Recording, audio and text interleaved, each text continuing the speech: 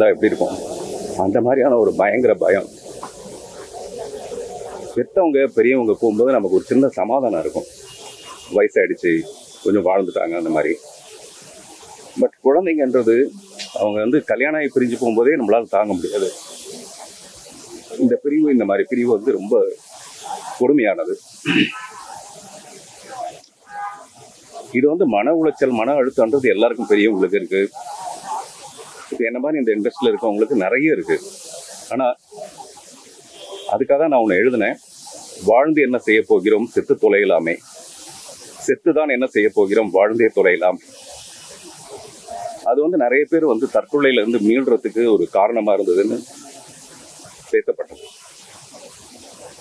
நான் என்ன நினைக்கிறேன்னா, ஸ்கூலில் கூட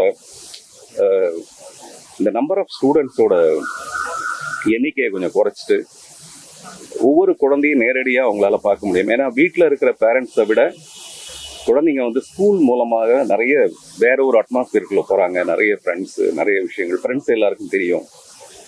இந்த குழந்தைய பொறுத்த வரைக்கும் அவங்க வந்து ஸ்கூல் பீப்புள் லீடராக இருந்திருக்காங்க, ரொம்ப ரொம்ப போல்டான ஒரு கேரக்டர்னு சொல்கிறாங்க. பட் உள்ளுக்குள்ள அவங்களுக்கு என்னவா இருந்தது, என்ன மாதிரி கஷ்டங்கள் அவங்க அனுபவிச்சாங்கன்னு தெரியல.